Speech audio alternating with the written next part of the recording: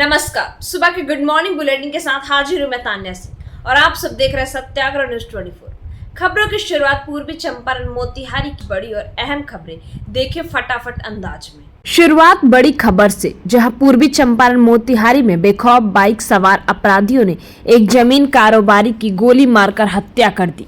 सूचना मिलने के बाद मौके पर पहुंची सदर एएसपी सहित कई थानों की पुलिस जांच में जुट गई है। घटना बंजरिया के पंचरुखा के समीप की है। मृतक जमीन कारोबारी की पहचान शहर के अगरवा के कृष्णा साहनी के रूप में हुई है। घटना के संबंध में बताया जा रहा है कि अगरवा के रहने वाले कृष्णा साहनी अपनी बाइक से हरसिद्धि से अपना काम कर मोतिहारी अगरवा लौट रहे थे। इसी दौरान जैसे ही बंजरिया थाना क्षेत्र के पंचरुखा के पास जैसे ही पहुंचे, वैसे ही एक बाइक पर सवार दो अपराधियों ने उन्हें गोली मार दिया।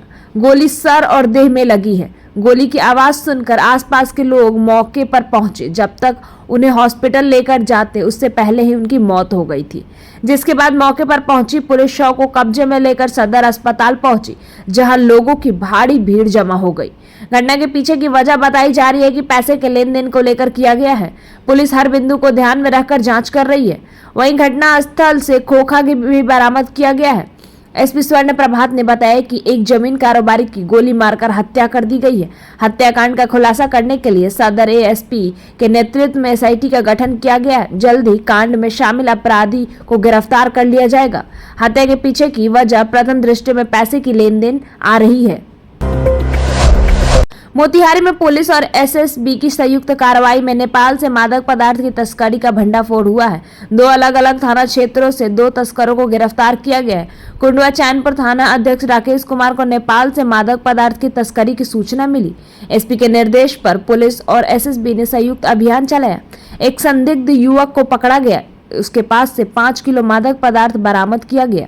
दूसरी कार्रवाई महुआवा थाना क्षेत्र की गई है। यहां पर एक तस्कर की 3 किलो मादक पदार्थ और 24,550 रुपए नगद के साथ पकड़ा गया। पुलिस दोनों गिरफ्तार तस्करों से पूछताछ कर उन्हें गिरोह के अन्य सदस्य की जानकारी में जुटी है।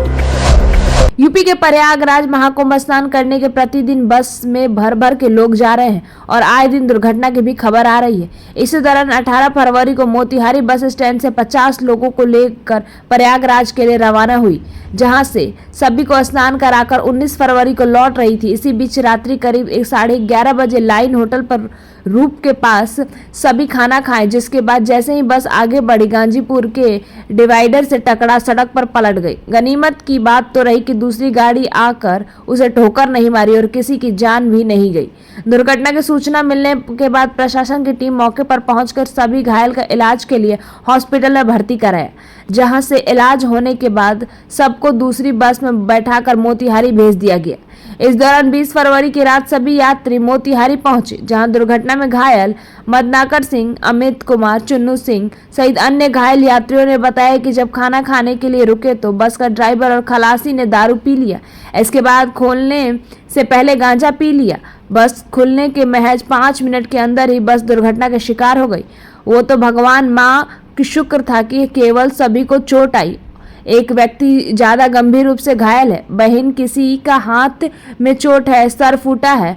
जिस तरह से सभी की इंजरी है।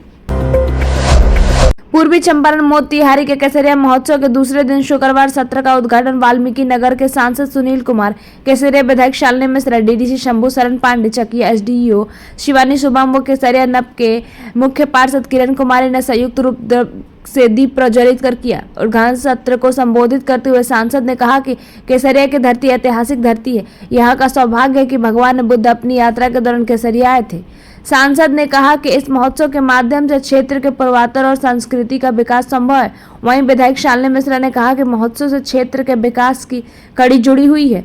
इस मंच के माध्यम से केसरिया के विकास के लिए पूर्व में कई घोषणाएं हुई है, जिसको कार्य रूप देकर विकसित केसरिया बनाया जा रहा है। उद्घाटन के बाद आगत अतिथियों को मोमेंटम व अंग वस्त्र देकर स्वागत किया गया, जिसके बाद स्थानीय कलाकार प्रस्तुति दी और उसके बाद कवि सम्मेलन का शुभारंभ हुआ।